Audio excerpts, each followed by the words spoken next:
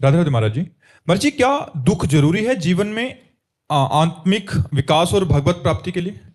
जी, क्योंकि जीव अनुकूलता और सुख में बंध गया है। इसीलिए जब किसी के हृदय में उत्तम अध्यात्म की आकांक्षा जागृत होती है, जैसे आदि सम्राट महाराज मनु और शत्रुपा जी, तो बरबस राज सुत नृप दीन्हा और हरिहित आप गवन बन कीन्हा।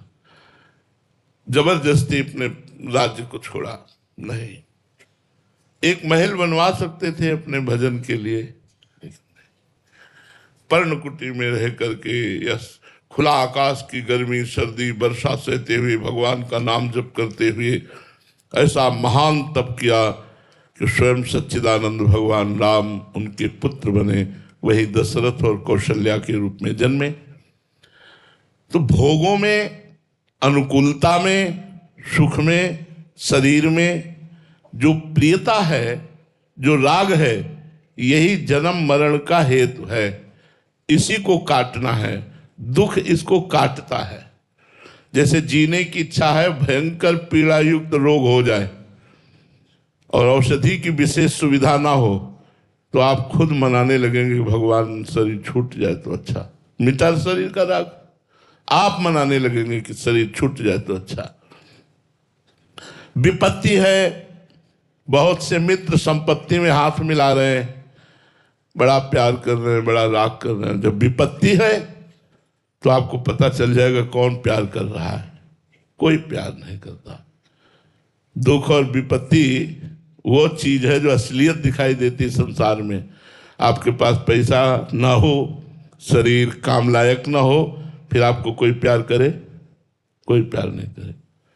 सच्ची मानिए, विपत्ति में असलियत पता चलती है कि संसार में कोई हमारा नहीं है। और विपत्ति में भगवान की विशुद्ध आर्त भाव से पुकार होती है कि हे नाथ, अब आपके सिवा कोई नहीं है। तो मुझे तो लगता है कि भगवान कृपा करे और हमारी धन की मदान्धता, भोगों की प्रियता, देहाभिमान नष्ट करने के लिए जरूर कोई ऐसी विपत्ति दे जिससे हम भगवान की तरफ चलें। ये आप लोगों को भयावह लग रहा होगा कि यार विपत्ति तो बड़ी खतरनाक चीज होती है, लेकिन वास्तविक आपको बात बताएं, जो हमारी जीवन में साधना से बात नहीं बनी, वो किडनी फेल होने से बात बन गई। क्योंकि आर्त भाव से भगवान को पुकारा कि बचपन से बाबा जी रहे, नाथ अब तो कोई साधना भी नहीं बनेगी मुझसे, अब तो मैं केवल आपके सहारे हूं। तो जो सच्ची शरणागति का उदय हुआ वो इस रोग ने दिया। तो हमें खुद का अनुभव और शास्त्रों की बात पर यह निर्णय करके कहना होगा कि जिसके जीवन में भगवान दुख और विपत्ति देकर साधु समागम दे देते हैं, केवल दुख विपत्ति नहीं, दुख विपत्ति देकर साधु समागम दे देते हैं, उसका जीवन धन्य हो जाता है, उसका जीवन कृतकृत्य हो जाता है। वो भगवान से संबंध स्वीकृत करके वो भगवान का भजन करने लगता है। मनुष्य जीवन मिला और भगवान का भजन नहीं तो प्यारे सच्चे समझो बिल्कुल कूड़ा जीवन है। चाहे जो हो आप, बिल्कुल कूड़ा जीवन है, बिल्कुल कूड़ा जीवन। महाराज नहुष देवराज इंद्र के पद पर बैठे, एक कामना ने उनको अजगर की योनि में भेज दिया।